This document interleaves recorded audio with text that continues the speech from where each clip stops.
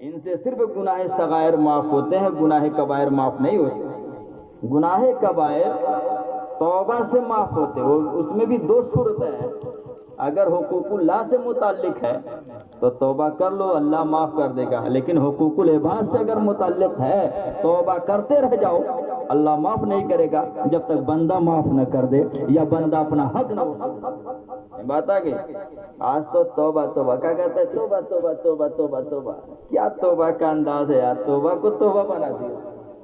یہ علماء کرام موجود ہیں میرے عزیزو، امام غزالی فرماتے ہیں توبہ کرنے کا طریقہ جانتے ہیں کیا ہے؟ آدمی جب توبہ کرنا چاہے، اللہ ہم سب کو توبہ کی توفیق عطا فرمائے، سمجھے؟ تو کیا کرے؟ پہلے گناہوں پر نادم ہو، گناہ کو گناہ سمجھے اور گناہ سے بچنے کا پختہ ارادہ ہو، پھر کیا کرے؟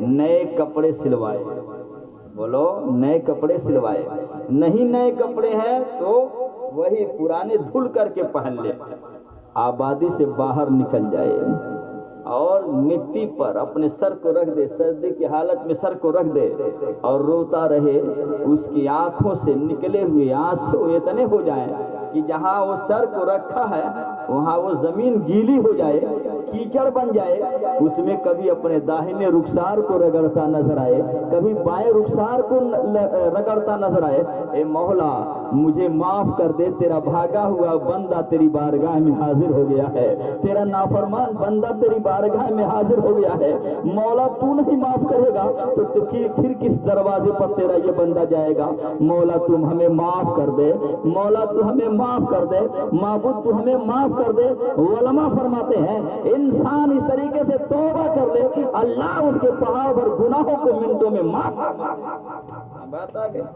یہ پہلے رقت تو لاؤ، یہ پہلے رقت تو لاؤ، ویسے کر دیا اللہ توبہ ہو گیا۔ میرے عزیز توبہ کا طریقہ یہ نہیں، میں یہ کہہ رہا تھا صرف نماز سے آدمی یہ سوچے کہ ہم کامیاب ہو گئے، نہیں، یہ حقوق اللہ میں داخل ہے، سمجھے؟ روزہ حقوق اللہ میں داخل ہے، مگر جب بیوی کے حقوق ہیں نا وہ حقوق العباد میں داخل ہے۔ سیدنا ابو درداء رضی اللہ تعالی عنہ ہیں، بخاری شریف کی حدیث ہے، میرے آقا کے صحابہ جب ہجرت کر کے مدینۃ المنورہ پہنچے تو میرے آقا نے ایک دوسرے کا بھائی بنا دیا، ایک دوسرے کو، یعنی مہاجر کو انصار کا بھائی بنا دیا، کسی کسی کو ساتھ میں لگا دیا۔ اب وہ لوگ کیا جافسانی دکھائے یار، سبحان اللہ۔ اگر دو مکان ہے تو ایک مکان اپنے بھائی مہاجر کو دے دیا، ایک مکان اپنے رکھا ہے، یہ انداز تھا میرے عزیزو۔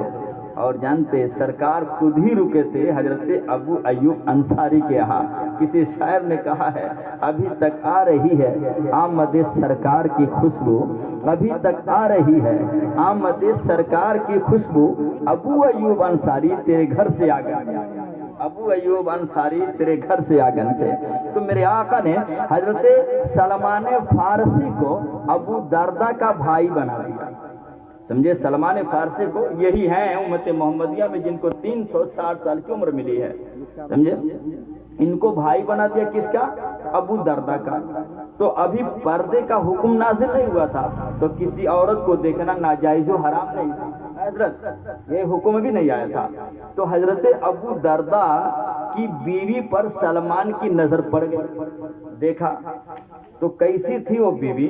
کپڑے میلے تھے، بہت بوسیدہ تھے، بال بکھرے ہوئے تھے، بال سمرے نہیں تھے۔ انہوں نے پوچھا بہن یہ تیری کیا حالت ہے، یہ تیری کیا کیفیت ہے، یہ تو نے کیا بنا رکھا اپنے کو؟ تو انہوں نے کہا میں کیا کروں، تیرے بھائی ابو درداء کو مجھ سے کوئی مطلب ہے ہی نہیں۔ ذرا غور کرنا، تیرے بھائی ابو درداء کو مجھ سے کوئی مطلب ہے ہی نہیں۔ انہوں نے سمجھ لیا، سمجھے؟ اس کے بعد یہ سوچنے لگے رات میں کرتے کیا ہے، جب بیوی کے پاس نہیں جاتے تو کرتے کیا ہے، سمجھے؟ حضرت سلمان فارسی نے کہا بھائی ابو درداء، تو انہوں نے کہا ہاں بھائی سلمان بولو۔ کہا دونوں کا بستر ایک جگہ لگنا چاہیے۔ کہا ٹھیک ہے، دونوں کا بستر ایک جگہ لگ گیا، ابو درداء کا بھی اور سلمان فارسی کا۔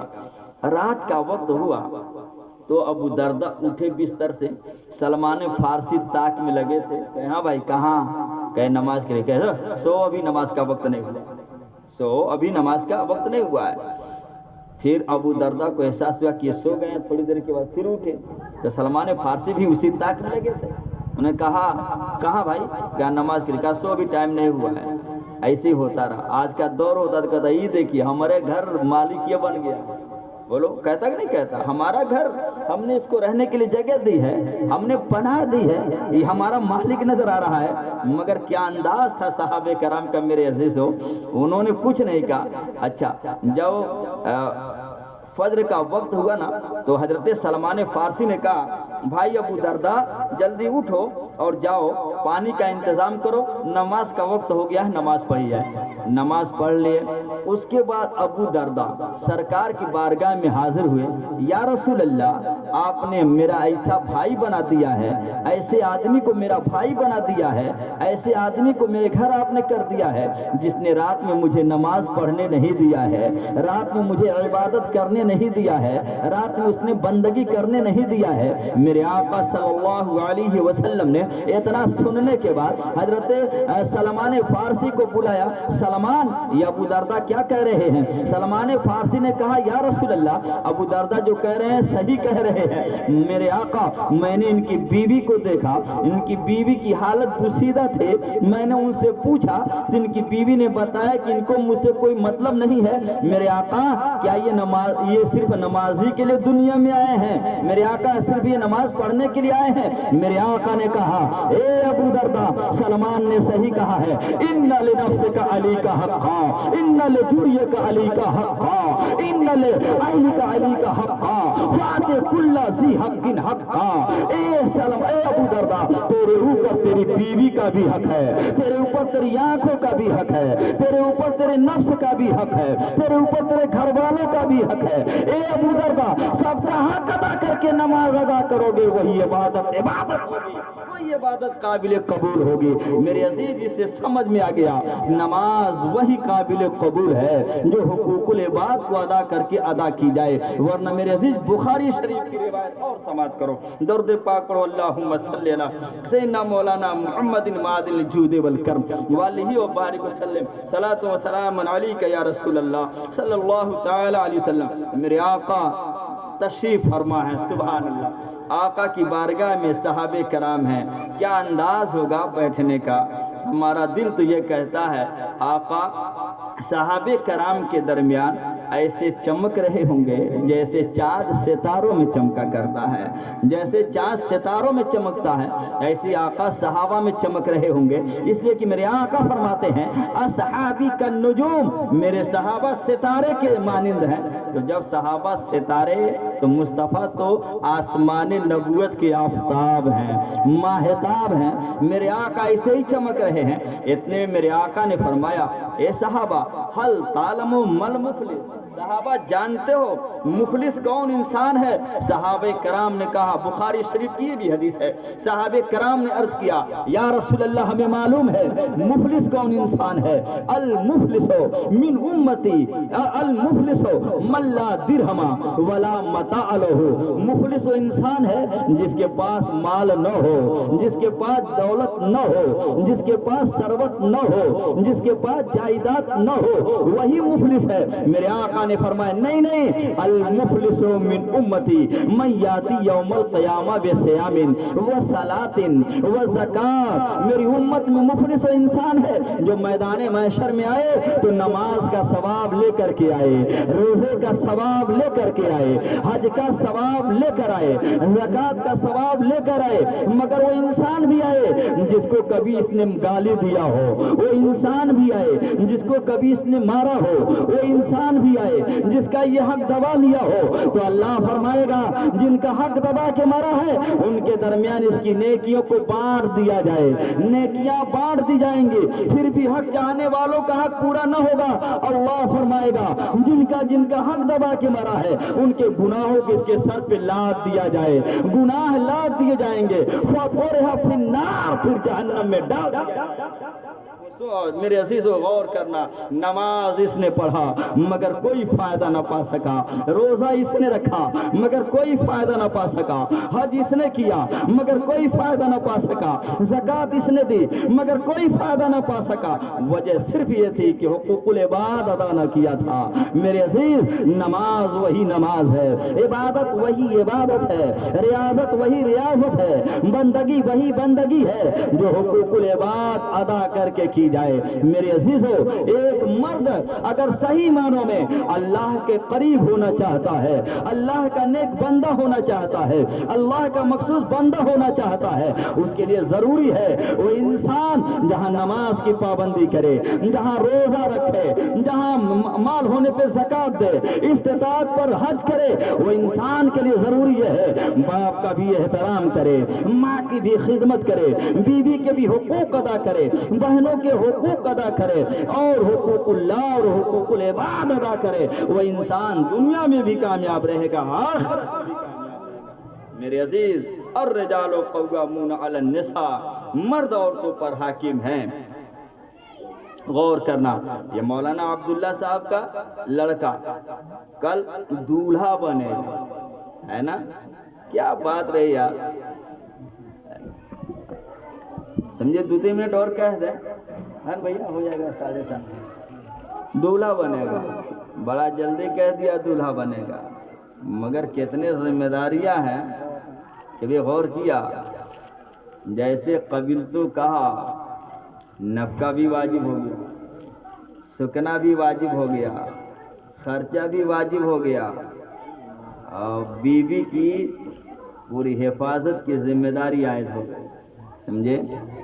میرے عزیز، یاد رکھنا، تمہیں جو آج دولہا بننے کا موقع ملا ہے، یاد رکھنا تیرا وجود تیرے باپ کی مرہونی منت ہے،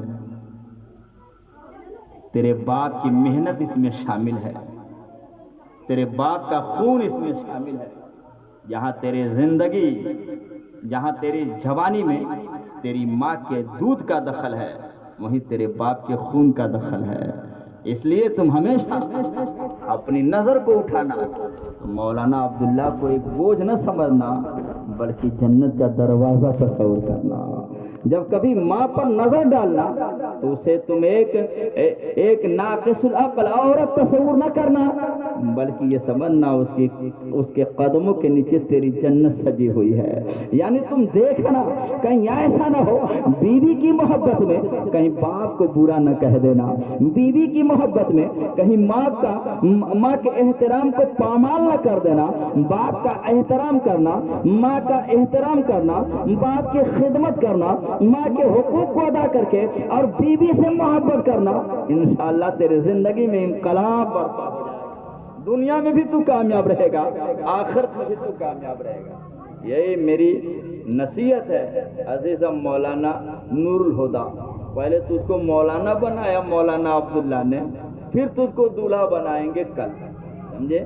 مولانا بنا کر کے جہاں اپنے ذمہ داری سے سبکدوش ہوئے، طالب العلم فریدہ پر عمل کر کے، وہیں پر دولہا بنا کر کے النکاح من سنتی فمن رغب عن سنتی فلیس منی پر عمل پیرا نظر آ رہے ہیں۔ مولا تعالیٰ کی بارگاہ میں دعا ہے، مولا تعالیٰ مولانا عبداللہ صاحب کو دن دونی رات چوگنی ترقی عطا فرمائے، اور ہونے والی شادی کو خانے آبادی بننے کی توفیق عطا فرمائے، اور عزیز نور الہدیٰ کو والدین کی خدمت کی توفیق عطا فرمائے۔ یہ چند کلمات ہم نے بیان کیا، اللہ اسے سر سے قبولیت عطا فرما اور نیک عمل کرنے کی توفیق عطا فرما۔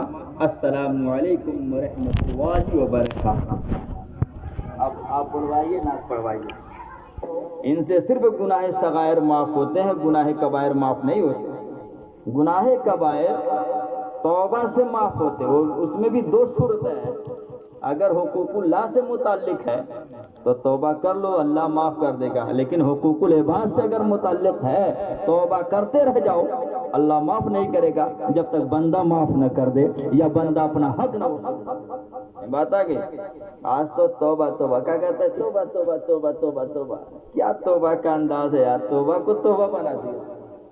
یہ علماء کرام موجود ہیں میرے عزیز ہو، امام غزالی فرماتے ہیں توبہ کرنے کا طریقہ جانتے ہیں کیا ہے؟ آدمی جب توبہ کرنا چاہے اللہ ہم سب کو توبہ کی توفیق عطا فرمائے، سمجھے؟ تو کیا کرے؟ پہلے گناہوں پر نادم ہو، گناہ کو گناہ سمجھے اور گناہ سے بچنے کا پختہ ارادہ ہو، پھر کیا کرے؟ نئے کپڑے سلوائے، بولو نئے کپڑے سلوائے، نہیں نئے کپڑے ہیں تو وہی پرانے دھل کر کے پہن لے، آبادی سے باہر نکل جائے اور مٹی پر اپنے سر کو رکھ دے، سردی کی حالت میں سر کو رکھ دے اور روتا رہے، اس کی آنکھوں سے نکلے ہوئے آنسو اتنے ہو جائیں کہ جہاں وہ سر کو رکھا ہے وہاں وہ زمین گیلی ہو جائے، کیچڑ بن جائے، اس میں کبھی اپنے داہنے رخسار کو رگڑتا نظر آئے، کبھی بائیں رخسار کو رگڑتا نظر آئے، اے مولا مجھے معاف کر دے، تیرا بھاگا ہوا بندہ تیری بارگاہ میں حاضر ہو گیا ہے، تیرا نافرمان بندہ تیری بارگاہ میں حاضر ہو گیا ہے، مولا تو نہیں معاف کرے گا تو پھر کس دروازے پر تیرا یہ بندہ جائے گا؟ مولا تم ہمیں معاف کر دے، مولا تو ہمیں معاف کر دے، معبود تو ہمیں معاف کر دے۔ علماء فرماتے ہیں انسان اس طریقے سے توبہ کر لے، اللہ اس کے پہاڑ پر گناہوں کو منٹوں میں معاف کر دے۔ بات آ گئی، یہ پہلے رقت تو لاؤ، یہ پہلے رقت تو لاؤ، اسے کر دیا اللہ توبہ ہو گیا۔ میرے عزیز توبہ کا طریقہ یہ نہیں، بہرحال میں یہ کہہ رہا تھا صرف نماز سے آدمی یہ سوچے کہ ہم کامیاب ہو گئے، نہیں، یہ حقوق اللہ میں داخل ہے، سمجھے؟ روزہ حقوق اللہ میں داخل ہے، مگر جب بیوی کے حقوق ہیں نا وہ حقوق العباد میں داخل ہے۔ سیدنا ابو درداء رضی اللہ تعالی عنہ ہیں، بخاری شریف کی حدیث ہے، میرے آقا کے صحابہ جب ہجرت کر کے مدینہ المنورہ پہنچے تو میرے آقا نے ایک دوسرے کا بھائی بنا دیا، ایک دوسرے کو، یعنی مہاجر کو انصار کا بھائی بنا دیا، کسی کسی کو ساتھ میں لگا دیا۔ اب وہ لوگ کیا جافسانی دکھائے یار، سبحان اللہ، اگر دو مکان ہے تو ایک مکان اپنے بھائی مہاجر کو دے دیا، ایک مکان اپنے رکھا ہے، یہ انداز تھا میرے عزیزو۔ اور جانتے سرکار خود ہی رکے تھے حضرت ابو ایوب انصاری کے یہاں، کسی شاعر نے کہا ہے ابھی تک آ رہی ہے آمد سرکار کی خوشبو، ابھی تک آ رہی ہے آمد سرکار کی خوشبو، ابو ایوب انصاری تیرے گھر سے آ گیا، ابو ایوب انصاری تیرے گھر سے آگن سے۔ تو میرے آقا نے حضرت سلمان فارسی کو ابو درداء کا بھائی بنا دیا، سمجھے؟ سلمان فارسی کو یہی ہیں امت محمدیہ میں جن کو 360 سال کی عمر ملی ہے، سمجھے؟ ان کو بھائی بنا دیا، کس کا؟ ابو درداء کا۔ تو ابھی پردے کا حکم نازل نہیں ہوا تھا تو کسی عورت کو دیکھنا ناجائز و حرام نہیں تھا حضرت، یہ حکم بھی نہیں آیا تھا۔ تو حضرت ابو درداء کی بیوی پر سلمان کی نظر پڑ گئی، دیکھا تو کیسی تھی وہ بیوی؟ کپڑے میلے تھے، بہت بوسیدہ تھے، بال بکھرے ہوئے تھے، بال سمرے نہیں تھے۔ انہوں نے پوچھا بہن یہ تیری کیا حالت ہے، یہ تیری کیا کیفیت ہے، یہ تو نے کیا بنا رکھا اپنے کو؟ تو انہوں نے کہا میں کیا کروں، تیرے بھائی ابو درداء کو مجھ سے کوئی مطلب ہے ہی نہیں۔ ذرا غور کرنا، تیرے بھائی ابو درداء کو مجھ سے کوئی مطلب ہے ہی نہیں۔ انہوں نے سمجھ لیا، سمجھے؟ اس کے بعد یہ سوچنے لگے رات میں کرتے کیا ہے، جب بیوی کے پاس نہیں جاتے تو کرتے کیا ہے، سمجھے؟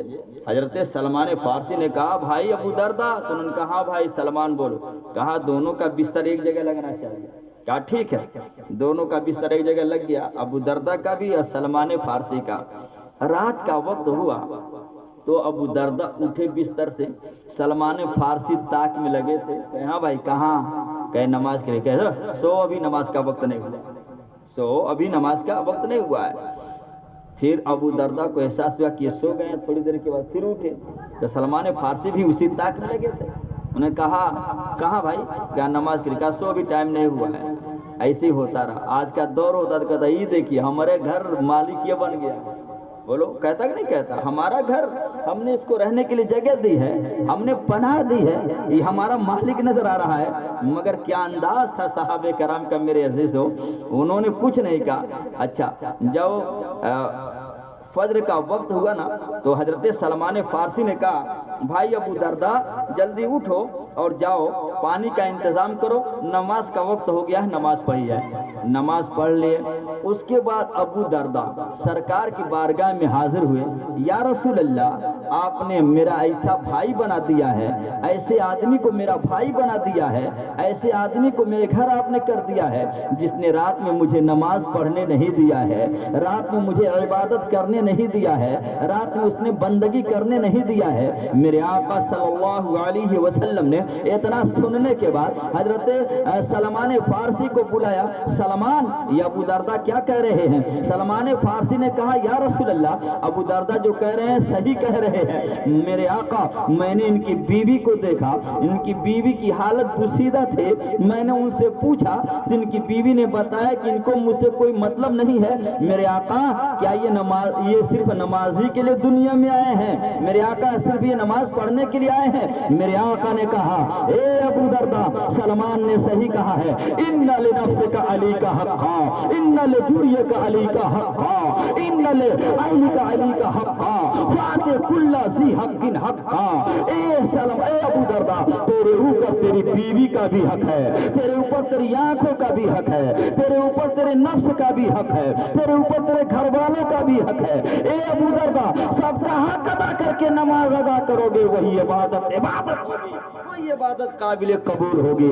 میرے عزیز، اس سے سمجھ میں آ گیا نماز وہی قابل قبول ہے جو حقوق العباد کو ادا کر کے ادا کی جائے. ورنہ میرے عزیز بخاری شریف کی روایت اور سماعت کرو، درود پاک پڑھو، اللہم صلی علی سیدنا مولانا محمد معدن الجود والکرم والہ وبارک وسلم، صلاۃ و سلام علیک یا رسول اللہ صلی اللہ تعالی علیہ وسلم. میرے آقا تشریف فرما ہے. سبحان اللہ. آقا کی بارگاہ میں صحابہ کرام ہیں، کیا انداز ہوگا بیٹھنے کا. ہمارا دل تو یہ کہتا ہے آقا صحابہ کرام کے درمیان ایسے چمک رہے ہوں گے جیسے چاند ستاروں میں چمکا کرتا ہے. جیسے چاند ستاروں میں چمکتا ہے ایسے آقا صحابہ میں چمک رہے ہوں گے. اس لیے کہ میرے آقا فرماتے ہیں اصحابی کا نجوم، میرے صحابہ ستارے کے مانند ہیں. تو جب صحابہ ستارے تو مصطفیٰ تو آسمان نبوت کے آفتاب ہیں، ماہتاب ہیں. میرے آقا ایسے ہی چمک رہے ہیں. اتنے میرے آقا نے فرمایا اے صحابہ، حل تعلموا مل مفلس، صحابہ جانتے ہو مفلس کون انسان ہے؟ صحابہ کرام نے کہا، بخاری شریف کی یہ بھی حدیث ہے، صحابہ کرام نے عرض کیا یا رسول اللہ ہمیں معلوم ہے مفلس کون انسان ہے. المفلس من امتی، المفلس من لا درہم ولا متاع لہ.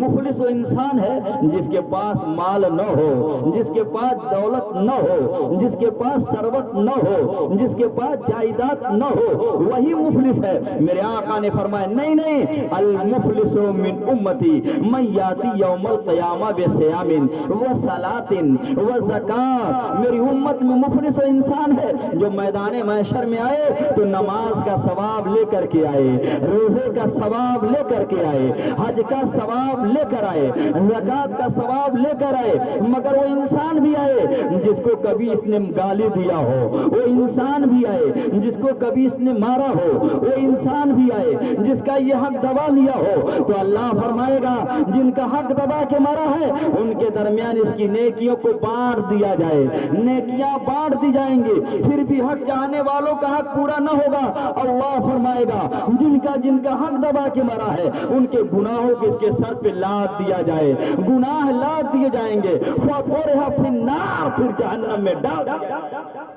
میرے عزیزو غور کرنا، نماز اس نے پڑھا مگر کوئی فائدہ نہ پا سکا، روزہ اس نے رکھا مگر کوئی فائدہ نہ پا سکا، حج اس نے کیا مگر کوئی فائدہ نہ پا سکا، زکوٰۃ اس نے دی مگر کوئی فائدہ نہ پا سکا، وجہ صرف یہ تھی کہ حقوق العباد ادا نہ کیا تھا۔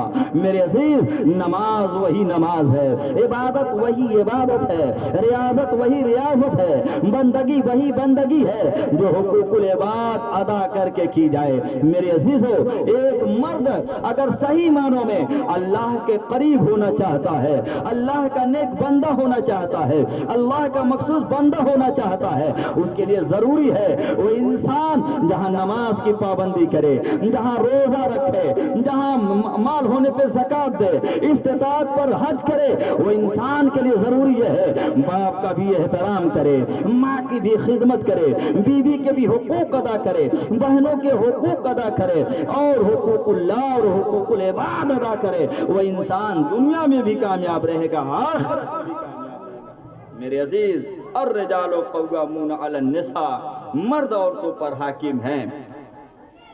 غور کرنا، یہ مولانا عبداللہ صاحب کا لڑکا کل دولہا بنے گا، ہے نا؟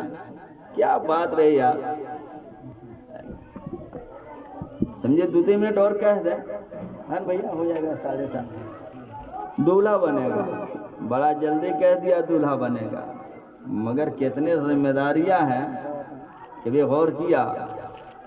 جیسے قبل تو کہا، نفقہ بھی واجب ہو گیا، سکنا بھی واجب ہو گیا، خرچہ بھی واجب ہو گیا، اور بیوی کی پوری حفاظت کی ذمہ داری عائد ہو گئی، سمجھے؟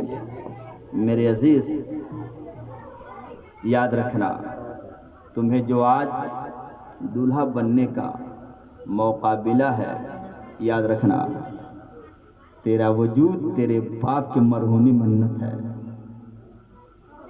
تیرے باپ کی محنت اس میں شامل ہے، تیرے باپ کا خون اس میں شامل ہے۔ جہاں تیری زندگی، جہاں تیری جوانی میں تیری ماں کے دودھ کا دخل ہے، وہیں تیرے باپ کے خون کا دخل ہے۔ اس لیے تم ہمیشہ اپنی نظر کو اٹھانا، مولانا عبداللہ کو ایک بوجھ نہ سمجھنا، بلکہ جنت کا دروازہ تصور کرنا۔